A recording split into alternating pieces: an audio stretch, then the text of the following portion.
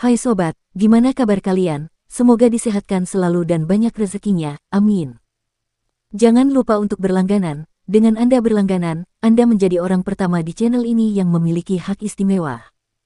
Pada kesempatan kali ini, Sabta Novel akan melanjutkan Tales of Herding Gods episode 1216-1220.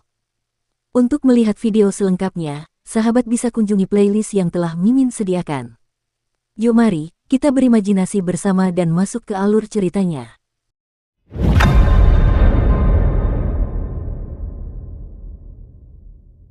Dewa Surgawi Han berhadapan langsung dengan Sakra Li Yuran, dan keterkejutan tampak di matanya.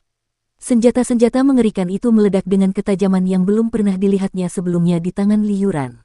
Senjata-senjata itu langsung mengiris tubuhnya seperti pisau yang mengiris tahu. Seperti seorang tukang daging yang memotong-motong daging sapi.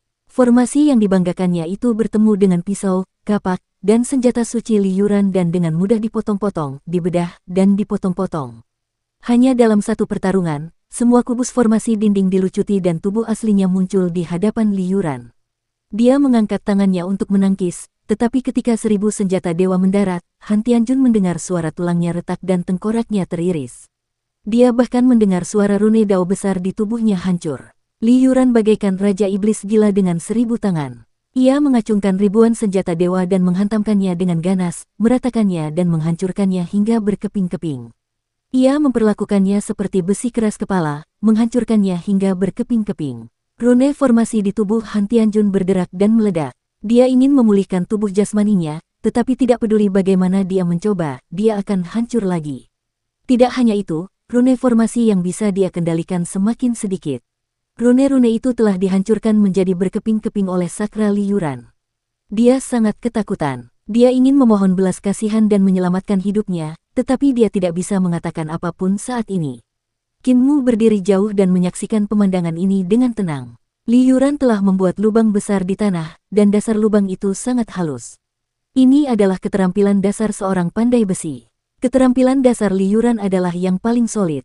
Han Tianjun telah dihancurkan menjadi selembar kertas tipis. Kertas itu sangat tipis dan hampir tidak memiliki ketebalan. Namun, Li Yuran masih marah saat dia menghancurkannya dengan panik. Dalam amarahnya, ia tidak memiliki hati seorang Buddha atau sifat seorang Buddha, hanya amarah yang tak terbatas. Dia adalah Raja Perang Surgawi. Setelah sekian lama, suara pukulan berat itu akhirnya berhenti. Li Yuran mengangkat kepalanya di tengah kemarahan Duke Ming dan menatap ke langit. Air mata api mengalir dari matanya. Sebagai Raja Perang Surgawi, dia tidak bisa lagi menangis. Qin Mu melihat bahwa di balik kobaran api, sebuah istana surgawi telah muncul. Istana itu juga terbakar dengan amarah, dan seluruh istana surgawi terbakar. Tidak ada seorang pun di depan aula langit luminous. Pada saat ini, roh primordial Buddha Sakra Li Yuran sedang duduk di tahta kaisar dengan ekspresi marah, tetapi tatapannya sedih. Dia tidak menjadi kaisar melalui dharma, dia menjadi kaisar melalui kemarahan. Pada hari ini, ada satu Buddha berkurang dan satu praktisi kuat bertambah di tahta kaisar di dunia. Qin Mu melangkah maju, dan Sakra Li Yuran, yang berada di dalam lubang, perlahan melayang dan mendarat di tanah. Amarah Raja Perang Surgawi di tubuhnya menjadi lebih kecil, dan kobaran api tidak lagi sekuat sebelumnya. Namun, kobaran api itu tidak pernah padam. Dia tidak kembali ke wajah tampannya, dan tampak sedikit menyeramkan. Apakah Anda Sakra Buddha atau Li Yuran? Qin Mu bertanya, atau haruskah aku katakan, kamu adalah Raja Perang Surgawi? Aku. Li Yuran menghilangkan 1000 lengan dan menundukkan kepalanya untuk melihat tangannya yang terbakar oleh amarah Raja Perang Surgawi. Tangannya tidak lagi sehalus dan sehalus sebelumnya. Sebaliknya, tangannya kasar dan penuh kapalan. Kemudian, dia mengangkat kepalanya dengan tenang dan berkata dengan suara kasar, aku adalah Raja Perang Surgawi. Qin Mu menghela napas. Leluhur Buddha memberikan sutra bencana tak terbatas kepadamu dengan harapan agar kamu dapat menerima ajaran Buddha dan menjadi seorang Buddha. Kamu memiliki hati Buddha dan sifat Buddha. Dia tidak ingin kamu mengubah hati Buddha dan sifat Buddhamu menjadi api yang berkobar. Agama Buddha tidak dapat menyelamatkan semua makhluk hidup, bahkan menyelamatkan diri sendiri pun sulit. Li Yuran berjalan menuju Bahtera Paramita. Sekarang aku lebih baik seperti ini. Qin Mu tertegun dan mengikutinya. Dia mengerti bahwa Li Yuran saat ini bukan lagi pekerja surgawi Li Yuran di masa lalu. Li Yuran anggun, tampan, dan sangat berbakat. Ia juga bukan lagi Buddha Sakra. Buddha Sakra berpakaian putih dan tampan.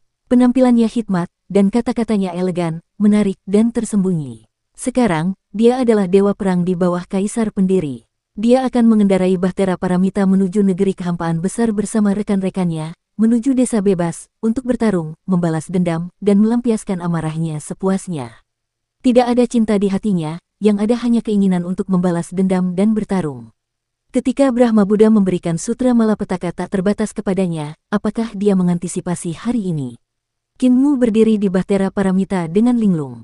Kapal perang besar itu berhenti perlahan, dan tungku pil yang sangat besar itu menyala dengan api, mendorong kapal besar itu maju. Li Yuran menjadi Buddha Sakra, dan itu adalah efek dari ajaran Buddha. Sakra menjadi dewa perang, dan itu adalah efek dari sutra bencana tak terbatas. Baru saja, Sakra Li Yuran sedang memperbaiki Bahtera Paramita dalam mimpinya, dan dia berubah menjadi ribuan orang. Namun, kemunculan Han Tianjun membuat banyak orang dalam mimpinya hanya memiliki kemarahan dan dendam. Kinmu menatap dewa yang mengendalikan kompas bintang dan mengendalikan Bahtera Paramita. Ia berpikir, satu mimpi dan satu dunia adalah bencana. Ia hanya memiliki amarah dan dendam yang tersisa dalam mimpinya, dan ketika ia terbangun, Raja Perang Surgawi lah yang terbangun. Atau lebih tepatnya, ia tidak pernah terbangun, dan ia juga tidak mau terbangun. Sutra bencana tak terbatas dari Brahma Buddha sungguh luar biasa. Sutra itu benar-benar memengaruhi kerangka berpikir dan bentuk tubuh seseorang. Setiap orang mengolah sutra bencana tak terbatas, dan pemahaman mereka semua berbeda. Buddha Sakra Li Yuran telah menjadi Raja Perang Surgawi dalam mimpinya, dan dia juga telah mengolah ke alam tahta kaisar. Pikiran Brahma tidak terduga, dan kebijaksanaannya juga tidak terduga. Dia benar-benar dapat meramalkan masa depan Sakra Buddha. Kecepatan Bahtera Paramita berangsur-angsur meningkat. Tiba-tiba, rune yang tak terhitung jumlahnya di permukaan Bahtera menyala satu persatu. Namun, rune di permukaan Bahtera itu hanyalah sebagian dari rune di seluruh kapal. Kenyataannya, ada banyak rune rumit di dalam Bahtera. Ini juga merupakan alasan mengapa langit tidak dapat memperbaiki Bahtera Paramita bahkan setelah menyegelnya. Bahkan Nyonya Yuanmu, si Kiluo, tidak dapat merekonstruksinya. Ketika semua rune Bahtera menyala, kapal tiba-tiba tenggelam dengan lembut dan memasuki waktu dan ruang lain. Itu Yudu. Meskipun Kinmu memiliki semua cetak biru Bahtera Paramita, dia tidak bisa tidak memuji peradaban era kaisar pendiri. Kapal sebesar itu memiliki struktur yang rumit, dan tidak ada kesalahan yang dapat mengaktifkannya. Namun, pekerja surgawi pada masa itu mampu menyelesaikan tugas yang tampaknya mustahil ini tanpa kesalahan apapun. Sungguh luar biasa. Meskipun Eternal Peace kita memiliki banyak pekerja surgawi, kerjasama kita secara keseluruhan masih kalah dengan Founding Emperor. Ketika Eternal Peace dapat menempa raksasa seperti itu, kita akan memiliki kekuatan untuk melawan surga. Dia memikirkannya dan berkata dalam hati, tidak mungkin bertarung dengan surga, tapi setidaknya aku punya kemampuan untuk menghentakkan kakiku. Di depan, Fengdu terlihat. Dunia yang dibentuk oleh tanduk hitungan bumi telah meninggalkan dunia Yin surgawi dan datang ke Yudu. Ketika Bahtera Paramita mencapai Fengdu, dunia besar itu telah menyusut berkali-kali lipat di bawah tekanan para praktisi kuat seperti Di Yue, guru surgawi seni bela diri, dan guru surgawi nelayan. Meski begitu, Fengdu masih sangat besar. Fengdu terbang dan mendarat di Bahtera Paramita. Santo penebang kayu melihat bahwa Kinmu juga berada di Bahtera, dan wajahnya menjadi hitam. Dia tidak tahu apakah itu karena dia tidak ingin Kinmu pergi ke kekosongan besar atau apakah dia masih ingat bagaimana Kinmu telah mengirimnya terbang. Kau juga ingin pergi ke Great Void. Saint Woodcutter mendengus dan berkata dengan wajah muram, mengapa kau pergi ke Great Void? Aku adalah yang mulia surgawi dari aliansi surga, jadi tentu saja aku akan pergi ke kekosongan besar untuk membantu surga melenyapkan kalian para pemberontak. Kata Kinmu dengan jujur. Saint Woodcutter sangat tidak senang dan memarahi, kamu main-main lagi. Kamu bertanggung jawab atas nasib Eternal Peace. Jika kamu muncul di medan perang, apakah 10 Celestial Venerables akan mampu menoleransi Eternal Peace? Kembalilah. Kinmu tersenyum. Saya ahli dalam seni berkarya, jadi bukankah akan mudah jika saya tidak ingin diakui? Saint Woodcutter terdiam karena marah. Ada banyak dewa dari surga luar angkasa, dan mereka semua berbakat. Ada juga banyak yang mengolah semua jenis mata dewa. Apakah kamu benar-benar berpikir tidak ada yang bisa melihat melalui seni penciptaanmu? Kinmu menghiburnya. Guru, jangan khawatir. Bahkan jika mereka mengenali saya, apa yang dapat mereka lakukan jika saya tidak mengakuinya? Mari kita bicara omong kosong saja. Selain itu, Saya akan menghajar pemberontak seperti Anda. Saya tidak akan melakukan hal yang gegabah.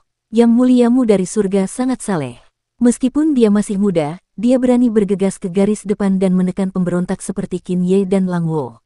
Saint Woodcutter menatap dengan mata terbuka lebar. Setelah beberapa saat, dia berkata tanpa daya, kau sudah belajar bicara omong kosong. Lupakan saja, aku tidak bisa mengendalikanmu. Qinmu tetap berada di Bahtera Paramita, lalu tiba-tiba ia masuk ke dalam terowongan kehampaan dan lenyap dari Yudu. Qinmu tidak bisa tidak mengagumi keterampilan menempa di era Kaisar Pendiri. Setiap era dalam sejarah memiliki bidang keahliannya sendiri. Era Nagahan adalah era pencerahan, dan semua jenis seni, jalur, dan keterampilan ilahi muncul tanpa henti. Sistem harta ilahi dan istana surgawi dibentuk dan dikembangkan di era itu. Era cahaya merah berfokus pada tubuh jasmani dan roh primordial, menjadikan tubuh jasmani dan roh primordial luar biasa kuatnya. Era Kaisar Agung merupakan era yang penuh dengan kesuksesan besar dalam bidang ilmu, keterampilan, dan seni ilahi. Selama era Kaisar Agung, terdapat praktisi terkuat dari alam tahta Kaisar. Alam primordial saja memiliki setidaknya 30 praktisi kuat dari alam tahta Kaisar. Era Kaisar Pendiri telah meninggalkan banyak senjata berat dan senjata suci. Desa bebas, pedang bebas, Bahtera Paramita, dan pekerja surgawi sangat penting di era ini. Era perdamaian abadi saat ini masih pendek dan tidak semarak seperti 4 era sebelumnya. Di tanah kekosongan besar, karena hanya Yang Mulia Surgawi Huo dan Yang Mulia Surgawi Su yang memimpin, pertempuran antara kedua belah pihak berubah menjadi tarik-menarik, pertempuran yang melelahkan. Kedua belah pihak membangun kota dan saling menyerang. Karena Celestial Venerable Huo dan Celestial Venerable Su harus berhadapan dengan dua praktisi kuat dari Founding Emperor Qin Ye dan Divine King Lang Wo, mereka tidak berani bertindak gegabah. Selain itu, ada Great Void dan Yudu di Great Void, dan Little Earth Count of Yudu ini adalah orang yang bias. Dia tidak menyerang Great Void dan Yudu, jadi dia hanya bisa menghabiskan tenaganya sendiri. Jumlah master penciptaan di desa Carefree dan Paramita Void jauh lebih sedikit daripada di surga. Qin Ye dan Lang Wo pasti tidak akan mampu mengatasinya. Putra Langit Yin memimpin pasukan Langit Utara dan Minggu untuk menetap di Little Yudu guna mengintimidasi Qin Fengqing, dan garis pertempuran membentang melintasi Great Void dan Yudu. Di tanah Great Void, bahkan ada lebih banyak pasukan yang tersebar, dan mereka telah mendirikan kamp untuk bercocok tanam. 4 guru surgawi agung dan 4 raja surgawi agung dari surga surgawi masing-masing memimpin pasukan. Angkatan Laut Sungai Surgawi juga menarik air Sungai Surgawi, yang memungkinkannya turun ke kekosongan besar dan menyerang dari jalur air. Ketika Sungai Surgawi memasuki kekosongan besar, jauh lebih mudah untuk mengangkut sumber daya. Namun, surga surgawi masih perlu menjaga Sungai Surgawi dengan ketat dan menggunakan 4 senjata dewa yang baru dibangun untuk menekan kekosongan yang runtuh. Butuh banyak uang dan tenaga manusia. Pertempuran ini telah berlangsung selama beberapa tahun, dan kedua belah pihak saling menyerang dengan kemenangan dan kekalahan. Namun, pertempuran berskala besar tidak tertahankan bagi kedua belah pihak, dan terlalu banyak korban. Dengan demikian, perang berskala besar baru saja dimulai 2 tahun lalu. Para penguasa penciptaan surga surgawi, desa bebas, dan kekosongan Paramita semuanya telah menderita kerugian besar. Keempat guru surgawi agung dari surga surgawi telah ditahan oleh para penguasa surgawi misterius dari pihak lain, dan semua rencana dan formasi mereka telah dipatahkan oleh mereka. Mereka bahkan tahu karakter guru surgawi mereka seperti punggung tangan mereka. Tidak peduli apakah itu bertempur di depan formasi atau menyergap perbekalan untuk mencegat ransum, mereka tidak sebanding dengan orang itu. Di sisi lain, desa Carefree dan Paramita Void tidak terlalu menderita dari langit dalam hal kekuatan militer. Sang Pinging selalu menyusun formasinya dengan cara yang benar dan jujur. Dia tidak pernah tersesat dan selalu mengepung musuh-musuhnya dengan kekuatan militer yang paling unggul. Akibatnya, desa Carefree dan Paramita Void juga kehilangan cukup banyak pasukan. Di sisi lain, Putra Langit Yin telah menyerang kekosongan besar dan Yudu, bahkan menyerang jembatan kekosongan. Jika bukan karena Pangeran Bumi Kecil Qin Fengqing yang berjuang sekuat tenaga dan murid-murid keluarga Qin yang membawa peti mati untuk mempertaruhkan nyawa mereka, mereka tidak akan mampu merebut kembali kekosongan besar dan Yudu. Setelah itu, karena kedua belah pihak memiliki garis pertempuran yang panjang, mereka hanya bisa mengganggunya dalam skala kecil. Tanah kekosongan besar terlalu luas, dan ada banyak wilayah yang tak terbatas. Membangun kota dewa dan membangun jalur yang tak tertembus adalah pilihan yang tak terelakkan bagi kedua belah pihak. Di sisi lain, di daerah lain yang tidak memiliki jalur masuk kota, di sanalah para dewa dan setan dari kedua belah pihak bersaing dengan para praktisi seni dewa. Sering kali ada dewa dan setan dari kedua belah pihak yang berkeliaran, mencari kesempatan untuk membunuh musuh-musuh mereka dan memberikan kontribusi. Pada titik ini, fokus pertarungan kedua pihak menjadi alam kesadaran tertinggi. Kedua belah pihak bertekad untuk mendapatkan tubuh jasmani Kaisar Agung dan tubuh jasmani berbagai pemimpin dan tetua penguasa penciptaan. Hanya saja alam kesadaran tertinggi itu sangat menakutkan. Siapapun yang memasukinya akan berasimilasi, berubah dari 3 dimensi menjadi permukaan datar dan kemudian menjadi titik. Di pusat alam kesadaran, bahkan yang mulia surgawi akan dibekukan dalam ruang dan waktu. Dengan demikian, meskipun kedua belah pihak mengincar alam kesadaran tertinggi dengan penuh rasa iri, tak seorang pun berani untuk campur tangan. Pada hari ini, 100 bendera besar berkibar dan terbang melewati tanah. Bendera-bendera itu berkibar di atas gunung, sungai, dan danau. Tidak jauh dari alam kesadaran tertinggi, 100 bendera besar ini tiba-tiba tergeletak di tanah dan tidak bergerak sama sekali. Bendera-bendera itu menyatu dengan tanah, dan jika seseorang tidak memperhatikan dengan saksama, mereka tidak akan dapat menemukan bendera-bendera besar ini. Di langit, puluhan dewa dan iblis dari Carefree Village membawa peti mati yang telah digulung hingga mengilap.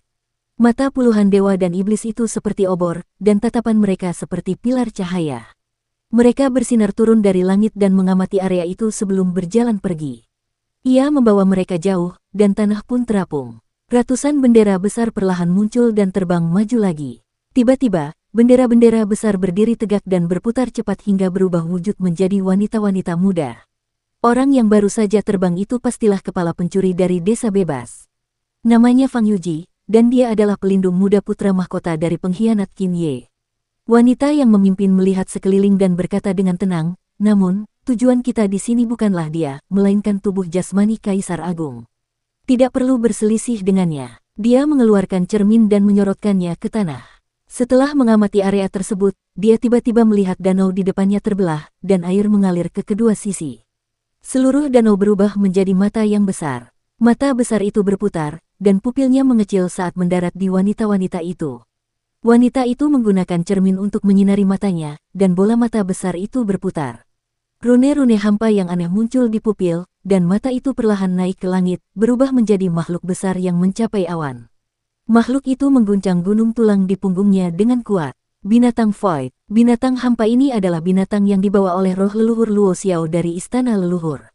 Luo Xiao mengira dia telah menaklukkan binatang hampa itu, tetapi dia tidak menyangka bahwa yang datang adalah Kaisar Agung, bukan dia. Kala itu, Yang Mulia Yun mengira bahwa binatang buas itu adalah tunggangan Luo Xiao, jadi ia membawanya ke kekosongan besar.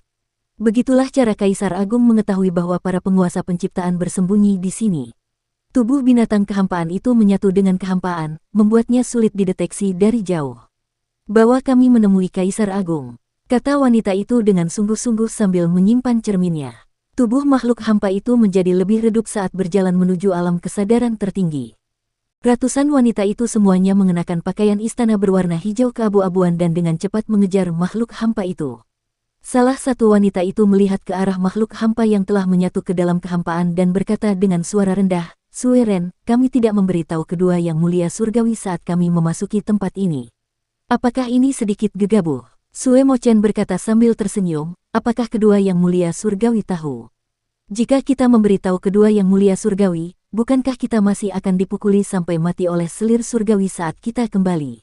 Permaisuri surgawi memerintahkan kita untuk menyusup ke tempat ini dan melaksanakan rencana kita. Kita adalah orang-orang di sekitar permaisuri surgawi, dan kita biasanya diajari kultivasi olehnya. Dia memperlakukan kita seperti muridnya, memberikan seni ilahi, jalan, keterampilan, dan sebagainya. Kita tentu akan bekerja untuknya dengan sepenuh hati." Tubuh mereka perlahan-lahan menghilang ke dalam kehampaan dan menjadi wanita yang dibentuk oleh kubus. "Aneh sekali," Mensue melanjutkan, "hubungan antara yang mulia surgawi tidak harmonis, dan mereka memiliki ide-ide mereka sendiri. Jika kita memberitahu kedua yang mulia surgawi, itu akan merusak rencana besar yang mulia. Kita akan membawa serta harta karun tertinggi yang ditempa yang mulia, jadi kita hanya bisa berhasil dan tidak gagal." Mereka mengikuti binatang hampa itu ke tingkat kedua alam kesadaran tertinggi, dan tubuh mereka berubah dari kubus menjadi sosok manusia kertas tanpa ketebalan. Tidak lama kemudian, mereka kembali menjadi cahaya terbang. Akhirnya, Mereka mengikuti binatang hampa itu ke area bagian dalam alam kesadaran tertinggi.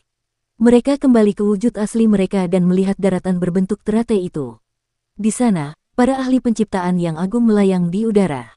Jubah putih mereka anggun, tetapi mereka masih berada di udara. Sementara itu, tubuh jasmani Kaisar Agung adalah yang terbesar.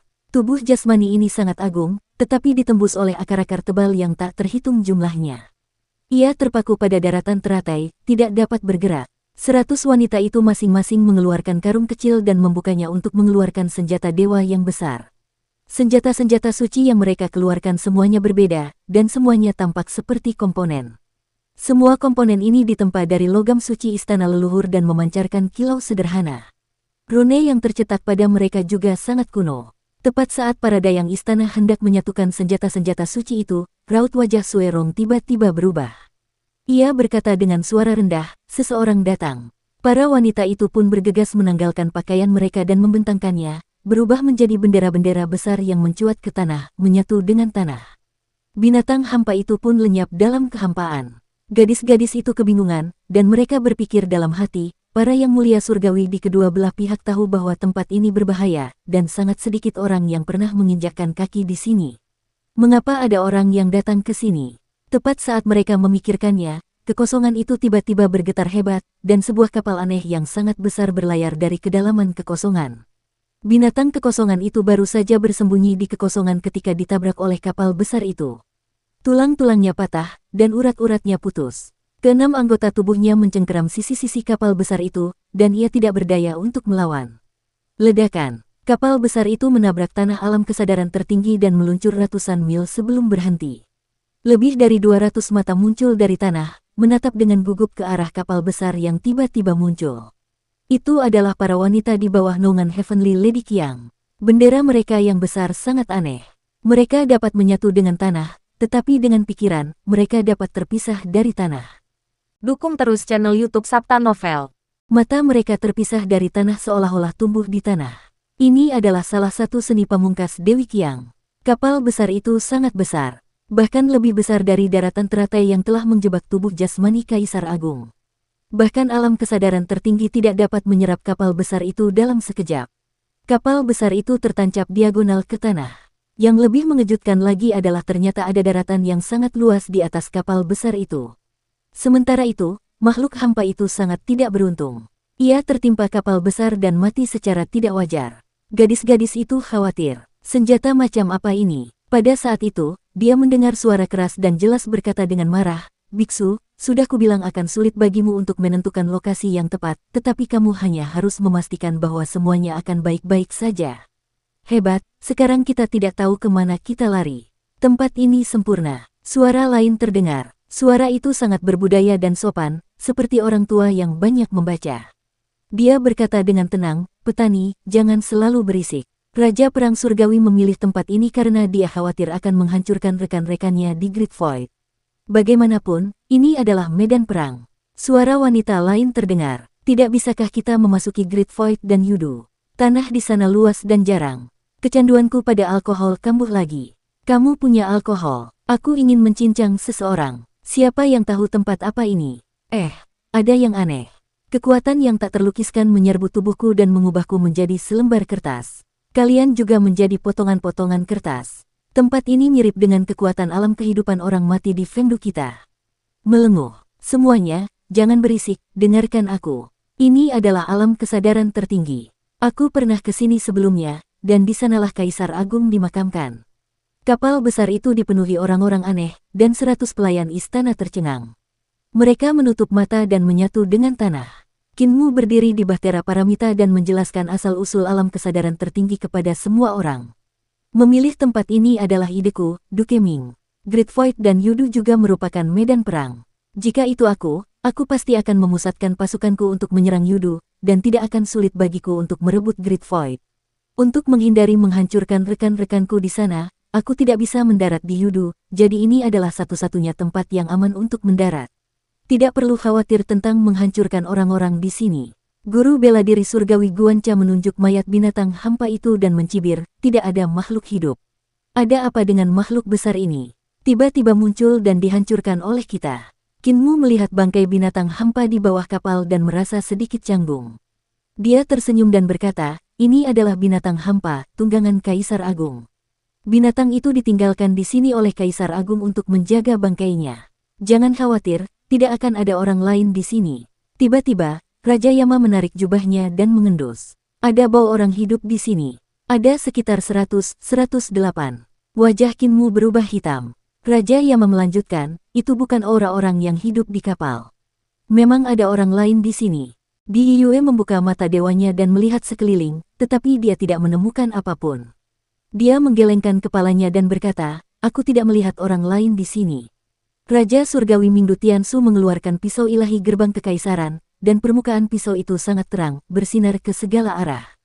Jika ada orang, mereka pasti akan disinai oleh cahaya pisauku, Dia berseru pelan dan menggelengkan kepalanya. Bahkan pisau ilahi gerbang kekaisaranku tidak bisa bersinar. Raja Yama mengulurkan jarinya dan dengan lembut menggaruk bagian tengah alisnya. Sebuah mata terbuka, dan dia berkata, mataku ini ditempa menurut Dao Agung Yudu. Ia dapat melihat melalui kehampaan dan menyelidiki jiwa manusia. Semua hal yang berjiwa tidak dapat lolos dari deteksiku. Dia melihat sekeliling dan menggelengkan kepalanya. Meskipun aku mencium bau orang hidup, aku tidak melihat siapapun di sini. Semua orang menyelidiki, tetapi mereka tidak menemukan di mana 108 orang itu bersembunyi. Hati Kinmu sedikit tergerak, dan dia membuka mata vertikal di tengah alisnya. Dia melihat sekeliling dan berkata sambil tersenyum, karena tidak ada seorang pun di sekitar, mari kita tinggalkan tempat ini terlebih dahulu dan bertemu dengan desa Carefree.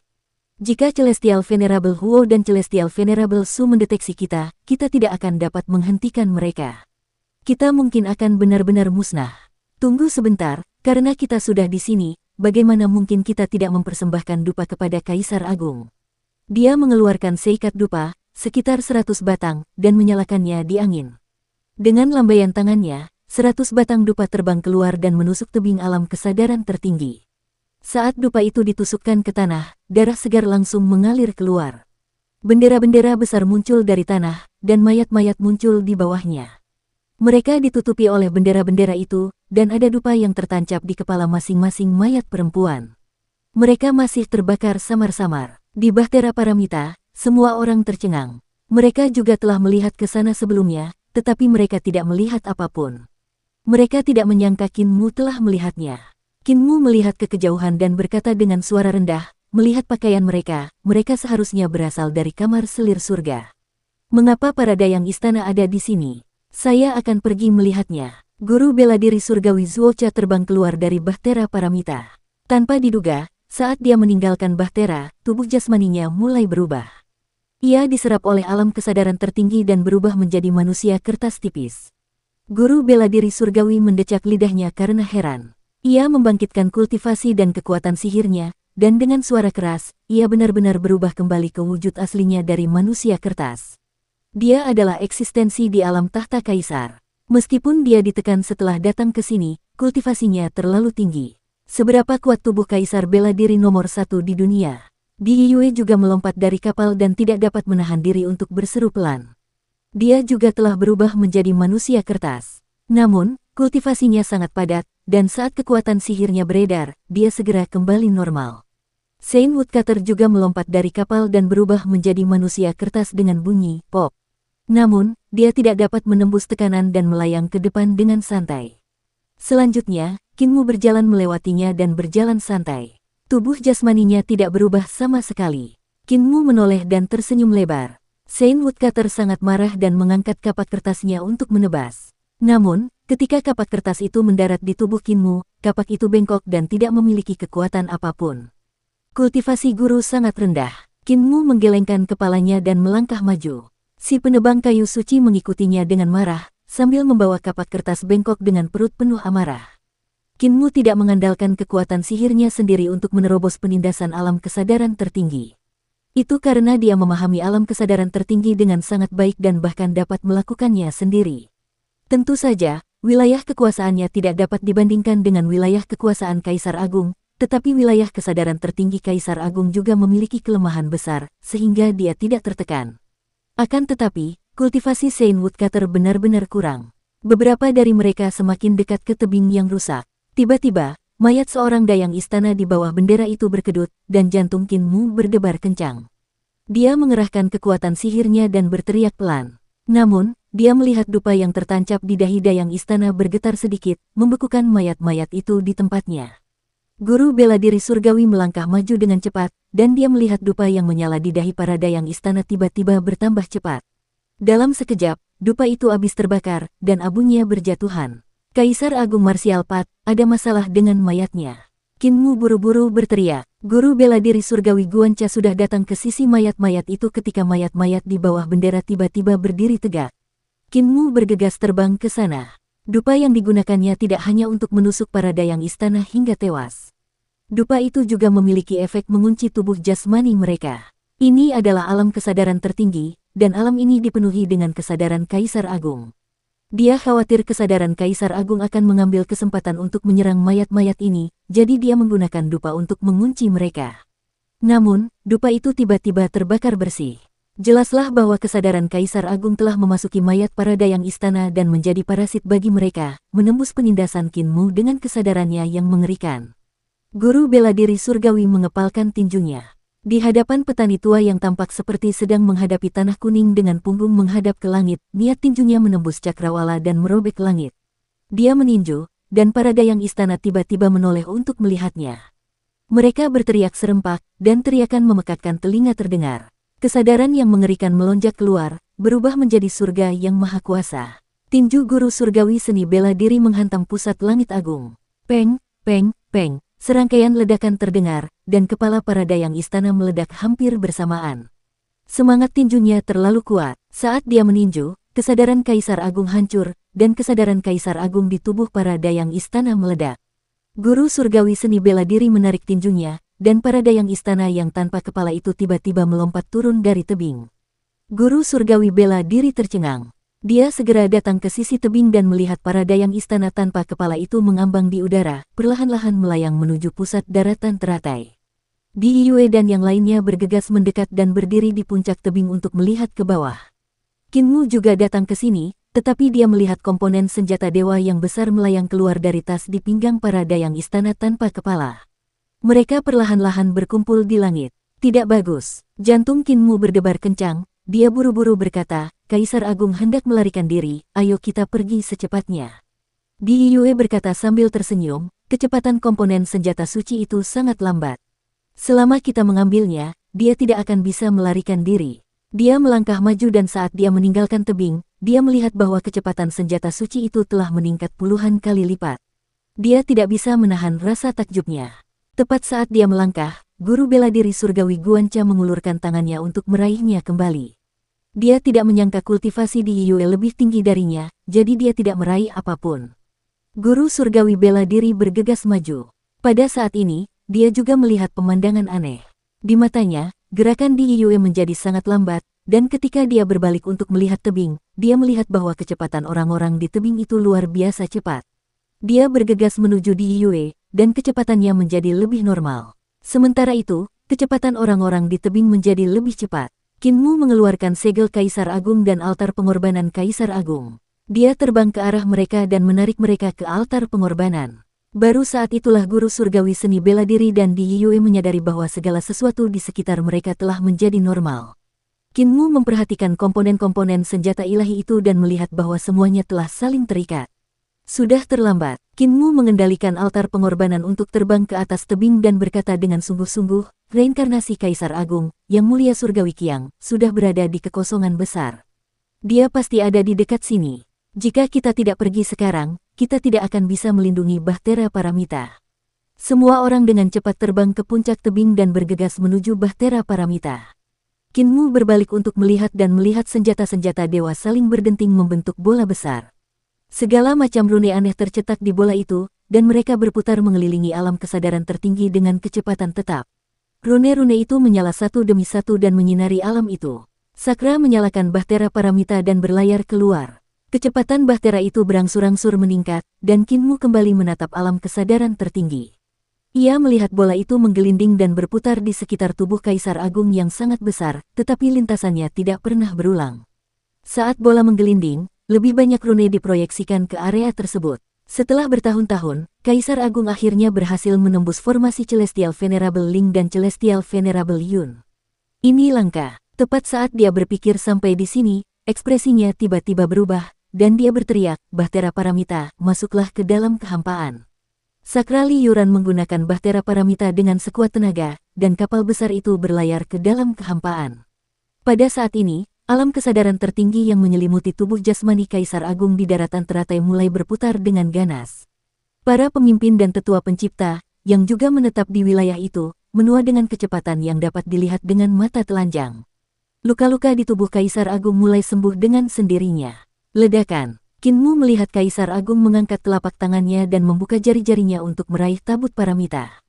Pada saat yang sama, Bahtera Paramita memasuki kehampaan dan lenyap dari dunia ini. Saat berikutnya, kekosongan itu hancur, dan semua orang di kapal dan Fengdu menoleh untuk melihat. Mereka melihat 5 jari tangan kuno itu terbuka, dan itu bahkan lebih besar dari Bahtera Paramita. Di antara kelima jarinya, sebenarnya ada awan ki dan petir. Sidik jari di jarinya seperti jurang, dan semakin dekat dia, semakin dalam jurang itu. Itu seperti jurang yang dalam. Kaisar Agung memang merupakan tubuh jasmani terkuat sepanjang sejarah. Tentu saja, di hati Kinmu, tubuh jasmani Kaisar Langit Taichu adalah tubuh jasmani yang terkuat. Tangan besar itu sangat cepat, dan hendak meraih Bahtera Paramita. Guru bela diri surgawi Zuocha meraung marah, dan rambutnya terbang ke langit.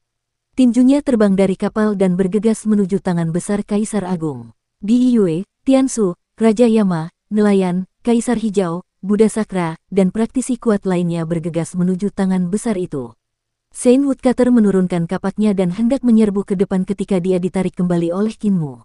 "Guru, jangan ikut bersenang-senang." Kinmu berkata tanpa daya, "Kultivasimu terlalu rendah, pergilah dan lihat bagaimana tungku pil itu terbakar, dan lihat apakah daya tembaknya cukup. Jika tidak cukup, tambahkan beberapa batu obat." Si penebang kayu suci tertawa karena amat marah. Tiba-tiba, fluktuasi yang sangat mengerikan datang. Guru surgawi seni bela diri berlumuran darah saat dia terbang kembali.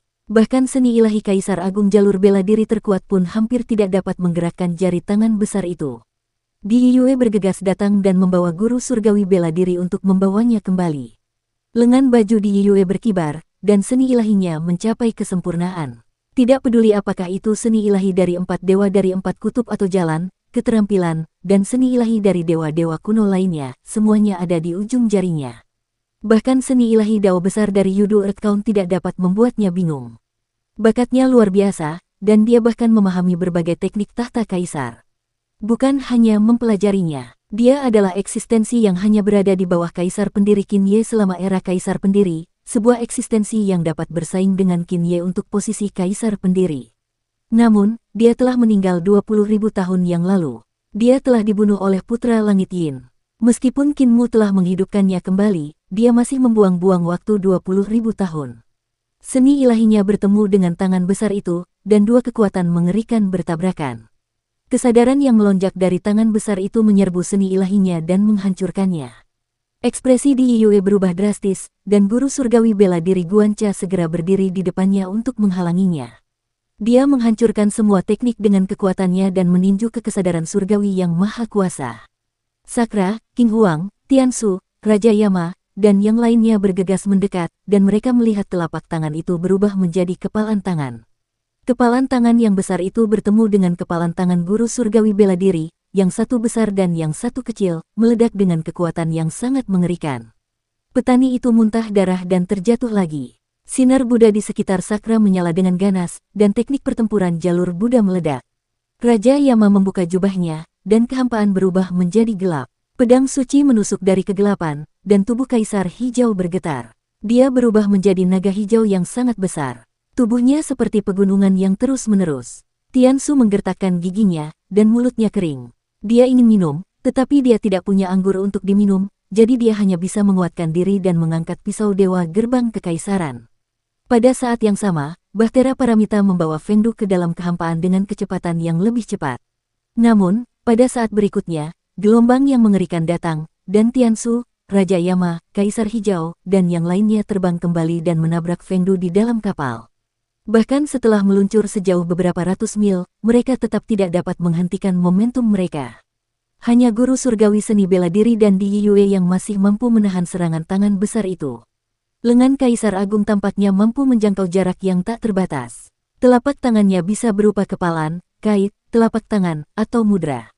Telapak tangannya bisa memotong, menebas, mengiris, atau menjentikkan, membuat guru surgawi bela diri dan Di Yue kelelahan. Tiba-tiba, guru bela diri surgawi Guancha memuntahkan darah lagi dan terlempar kembali. Ia menabrak kapal dan terpental lagi. Ia jatuh dan berguling sejauh yang tidak diketahui sebelum berhenti. Niu Sanduo buru-buru berlari ke depan dan hendak memeriksa apakah tuannya masih hidup atau sudah mati ketika ia melihat petani menggertakkan giginya dan melompat ke punggungnya. Ia berteriak, "Sanduo, lawan dia sampai mati." "Tuan tua, berdirilah dengan benar." Suara "mo" panjang keluar dari mulut Niu Sanduo, dan tubuhnya mengembang dengan cepat. Tiba-tiba dia berdiri dan berubah menjadi Raja Iblis jalur bela diri manusia berkepala banteng dengan tubuh penuh benjolan dan otot. Benjolan otot tersebut membuat sisik naga hijau berdiri. Kidan darah banteng tua itu mendidih dan menyembur keluar dari tubuhnya. Kidan darahnya seperti naga darah yang melingkari tubuhnya, sementara petani membelah kakinya dan berdiri di atas dua tanduk banteng yang tajam. Dengan raungan, pakaiannya terkoyak, dan otot-ototnya seperti naga besar yang berenang di bawah kulitnya. Dia masih terlihat seperti petani tua tadi, tetapi sekarang, dia tampak menjadi puluhan tahun lebih muda. Dia berubah dari seorang pria tua menjadi pria yang kuat, dan kemudian menjadi seorang pria muda. Dia memiliki otot di sekujur tubuhnya, dan ki serta darahnya seperti pelangi. Dia adalah orang yang sama yang telah berjuang keras melawan kaisar pendiri saat itu dan berjuang dengan mempertaruhkan nyawanya. Alasan mengapa ia menjadi petani tua adalah karena hatinya sudah tua. Sejak kaisar pendiri meninggalkan orang-orang di alam primordial dan memilih untuk tidak bertarung, menghindari desa bebas, Guancha telah menjadi tua, menjadi petani tua yang hanya tahu cara bertani dan memukuli Wen Tiange. Dan sekarang, saat menghadapi tangan Kaisar Agung, darahnya mendidih lagi. Niu Sanduo melangkah maju, kilat menyambar dan guntur bergemuruh. Dia bergegas ke tepi Bahtera Paramita dalam beberapa langkah dan melompat, langsung menuju tangan Kaisar Agung. Di Yue terbang mendekat dan terlempar kembali. Kelima jari Zuocha terbuka dan dengan lembut mendorong bagian belakang hatinya untuk melarutkan kekuatan Kaisar Agung. Dia berkata dengan sungguh-sungguh, "Mereka yang berada di alam langit Numinous dan alam tahta Kaisar, mereka yang memancing, mereka yang menebang kayu, kembalilah." Nelayan guru surgawi Hantang menyingkirkan pancingnya dan menarik sang penebang kayu suci. Wajah sang penebang kayu suci memerah saat ia mengangkat kapak besarnya dan berkata, "Aku bisa bertarung." Sakra, Kaisar Hijau, Tiansu, dan yang lainnya bergegas maju sekali lagi. Semua orang bersatu saat mereka berdiri di depan tangan besar itu. Semua jenis gerakan mematikan muncul tanpa henti, tetapi mereka masih dipaksa mundur terus-menerus. Pada saat itu, di dalam kehampaan, sebuah kepala besar perlahan muncul dan menusuk ke dalam kehampaan, memperlihatkan wajah Kaisar Agung yang sangat besar. Bahkan lebih besar dari telapak tangan itu. Matanya perlahan terbuka, dan matanya sangat terang, seolah-olah ada dua matahari yang bersinar di matanya. Inti alisnya terbelah, memperlihatkan lubang yang dalam. Awalnya itu adalah batu asal Primordium Agung, tetapi telah dihancurkan oleh Raja Ilahi Gong Yun. Saint Woodcutter, yang berdiri di atas kapal, buru-buru melihat ke bawah. Ia melihat bahwa di daratan teratai, tubuh jasmani Kaisar Agung yang terperangkap masih berusaha melepaskan diri. Di pahanya yang sangat tebal, akar-akar menembus daratan teratai dan terhubung dengan Great Void, membuatnya sulit untuk melepaskan diri. Sang Kaisar Agung mengangkat tangannya yang lain dan meraih kekosongan. Semua orang tidak dapat menahan rasa putus asa. Pada saat ini, Kinmu melompat, dan Saint Woodcutter buru-buru mengulurkan tangannya untuk menangkapnya. Namun, dia masih selangkah terlambat. Di Yue dan yang lainnya mengangkat kepala dan menatap wajah yang jauh lebih tinggi dari mereka. Mereka merasakan ketidakberdayaan yang mendalam. Namun, pada saat ini, sesosok tubuh mungil terbang melewati mereka dengan jepit rambut kayu persik di tangannya. Jepit rambut itu berkelebat saat ia menyerang Kaisar Agung dengan jari dan lukisannya. "Kakakmu." Di Yue panik dan mengejar Kinmu. Tiba-tiba, Kaisar Agung mengangkat telapak tangannya dan berteriak, "Berhenti." Kinmu berhenti dan terus memegang jepit rambut itu. Di Yue juga menyusulnya dan menghalanginya. Tatapan mata Kaisar Agung tertuju pada jepit rambut di tangan Kinmu, dan suaranya sedikit serak. "Kau mempelajarinya." Kinmu mengangguk dan tersenyum. "Aku sudah mempelajarinya. Kalau begitu, aku akan memberimu wajah." Wajah besar Kaisar Agung menampakkan senyum, dan dia terkekeh. Kita bukan musuh bebuyutan, jadi kita tidak perlu bertarung sampai mati. Jika aku tidak memprovokasimu, jangan memprovokasiku. Kita urus saja urusan kita sendiri. Yang muliamu, bagaimana menurutmu? Qin Mu berkata sambil tersenyum, itulah yang juga ada di pikiranku. Pelarian Yang Mulia Kaisar Agung adalah peristiwa yang menggembirakan. Jika 10 Yang Mulia Surgawi mengetahuinya, mereka pasti akan sangat gembira dan meneteskan air mata kebahagiaan. Kalau begitu, mengapa Kaisar Agung tidak meninggalkan kekosongan besar untuk bermain di dunia luar yang penuh warna? Guancha, Sakra, Kaisar Hijau, dan yang lainnya bergegas mendekat dan berdiri di depan Qin Mu, melindunginya di tengah. Ekspresi Kaisar Agung menjadi gelap, dan dia mencibir. Yang Mulia Surgawimu, apakah kau mengancamku? Para penguasa penciptaan harus dimusnahkan. Aku bisa menghindari memprovokasimu, tetapi para penguasa penciptaan di kekosongan besar harus mati. Aku sudah mengambil langkah mundur, jadi jangan coba-coba. Kau tahu bahwa aku telah menghancurkan alam kesadaran tertinggi terbalik. Aku tidak takut padamu. Qin Mu tertawa. Tentu saja kau tidak takut padaku, tapi aku juga tidak takut padamu. Aku tidak memiliki kemampuan untuk berhadapan dengan Yang Mulia Surgawi lainnya, tetapi saat aku berhadapan denganmu, aku dapat menarikmu ke dalam seni ilahi yang tidak berubah dan membuatmu hidup bersamaku selamanya. Yang Mulia Surgawi Qiang, selama kau tidak menyentuh kekosongan besar, aku akan membiarkanmu pergi. Jika kau melakukannya, kita akan mengikuti sumpah yang kita buat saat kita menjadi saudara angkat, tetapi kita akan mati pada hari, bulan, dan tahun yang sama. Ekspresi Kaisar Agung menjadi semakin gelap. Kau tidak memiliki kekuatan seperti Yang Mulia Surgawi Ling, jadi kau tidak bisa menyeretku bersamamu. Kau hanya, dia tiba-tiba menutup mulutnya. Qin Mu mengeksekusi tusuk rambut kayu persik milik Celestial Venerable Ling, dan dia merasakan teror hebat mengalir ke dalam hatinya. Baiklah, kau dan aku adalah saudara angkat, dan aku adalah kakak laki-lakinya. Kalau begitu, aku akan mundur selangkah dan meninggalkan kekosongan besar. Tubuh Sang Kaisar Agung tenggelam dan lenyap dari kehampaan.